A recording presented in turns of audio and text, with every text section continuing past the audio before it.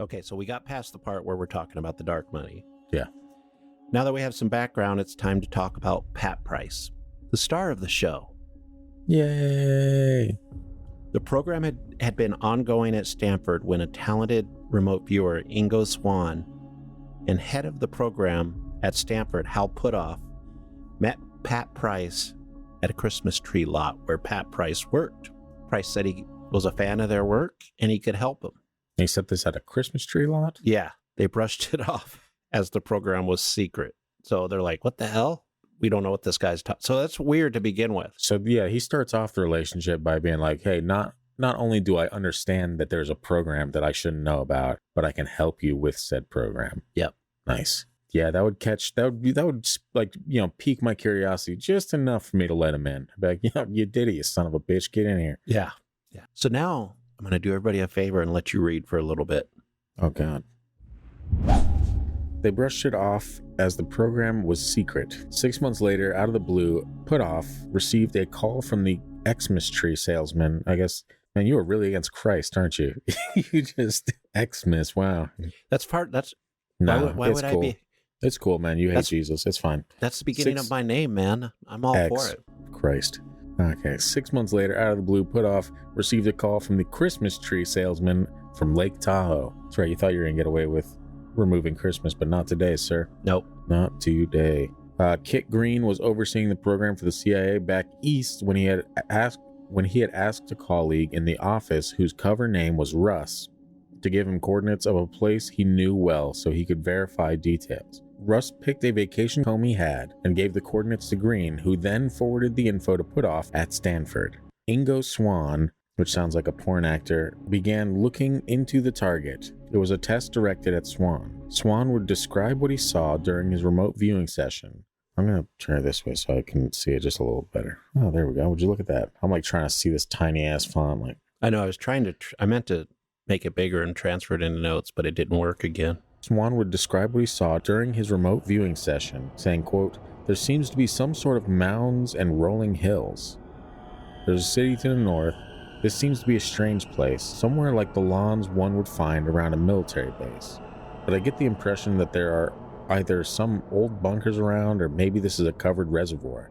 There must be a flagpole, some highways to the west, possibly a river over to the far east, to the south, more city."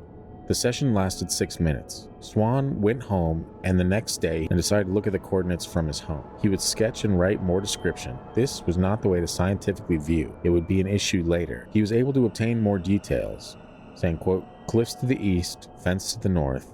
There's a circular building, a tower, buildings to the south. In this, a former Nike base." Nike? It's a type of missile. Okay. Yeah, we should definitely specify that. Yeah. Buildings to the south. Is this a former Nike base where they would make basketball shoes and stuff? It's the type of missile that they would use for the nuclear warheads. So it's not like a child labor farm or anything like that. Right. I think it was for nuclear warheads. It was so. Yeah. Nike base is different now, and usually they're in another country.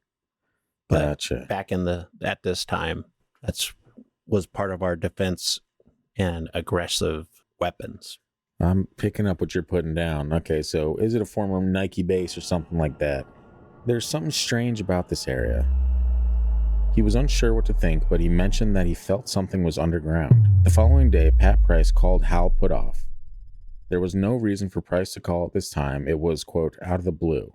It had been 6 months since Puthoff and Swann had met Price, the Christmas tree salesman. He was living in Lake Tahoe and said he could help. He was given the coordinates and asked what was at this location. Strange, right?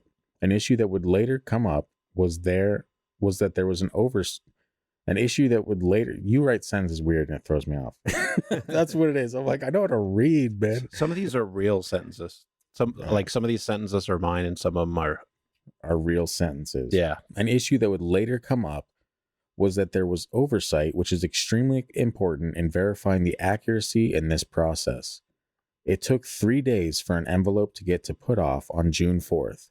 It was postmarked June 2nd. The details would later be declassified by the CIA, and in Jacobson's book, the details were that Price had looked at the location from 1,500 feet above the highest part of the terrain, saying, quote, On my left forward quadrant is a peak in a chain of mountains, elevation approximately 4,996 feet above sea level. Slopes are grayish, slate covered with a variety of broadleaf trees, vines, shrubbery, and undergrowth. I am facing 3 to 5 degrees west of north. There were 2 paragraphs of info. This could have been found in an atlas.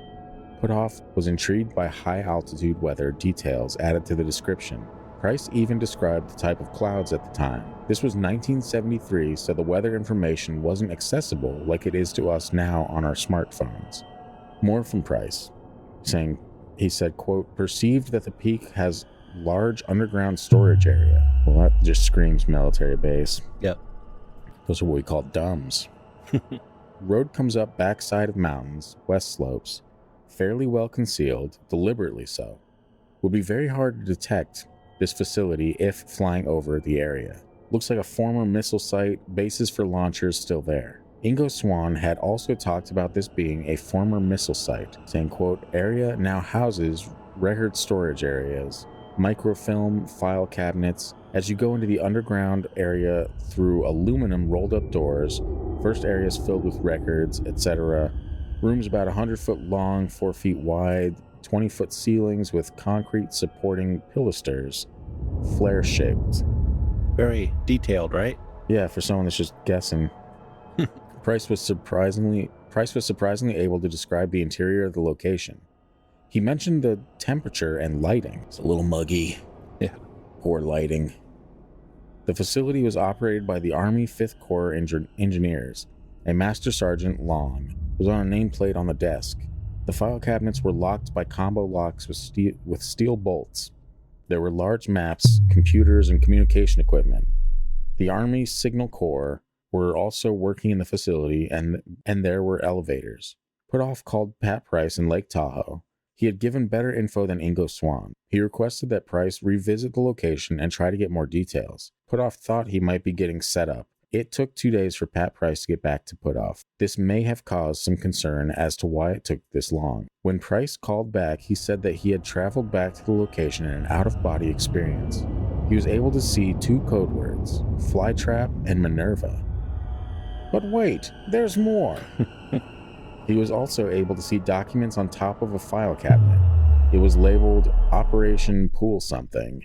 They got really lazy at the end of that operation name. Yeah. The something was unreadable. He also could see inside the file cabinets and was able to read labels. The labels read Cue Ball, 14 Ball, 8 Ball, and Rack Up. Also seen Hay Fork and Hay Stack. So these guys really love pool, huh? Yep. Price could see the names of 3 individuals, Colonel R.J. Hamilton, Major General George R. Nash, and Major John C. Calhoun. Price was able to give the code name of the site to Puthoff, Sugar Grove. Puthoff was puzzled. The description of the exterior was like Ingo Swann's description. He almost sent the information to Kit Green, but wanted to wait to see what the agency said about Swann's description. Green was given the info provided by Swann. When it was shown to his colleague Russ, Kit remembered him saying something like, quote, what stupid imagery system are you working on? Green remembered, quote, he said none of it was accurate. Russ then told him that it was his summer cabin in Pendleton County, West Virginia, a cabin located in a forest at the end of a dirt road. Green figured there was nothing to remote viewing. What do you think so far? I think it still baffles me. Like I'm a believer of everything paranormal, right? Yeah, I've noticed. Ghosts, all that weird shit, right? Yeah. But the idea that someone can have an out-of-body experience to the point where you are traveling the world and like looking in these, like you're going to secret military bases and you're looking underground and all this. Tell you what, man, that inspires me to want to be able to do that more than anything. Yeah, I know. Isn't it crazy? But do you think that if the government was looking into all these things, surely there would be some kind of plan in place that you'd be able to like set up a defensive. You would think that there would have to be a defense. Yeah. So they did all this research looking into, surely there's a way that they were like, how do we block this off from psychic like energy or psychic waveforms or remote viewers or anything?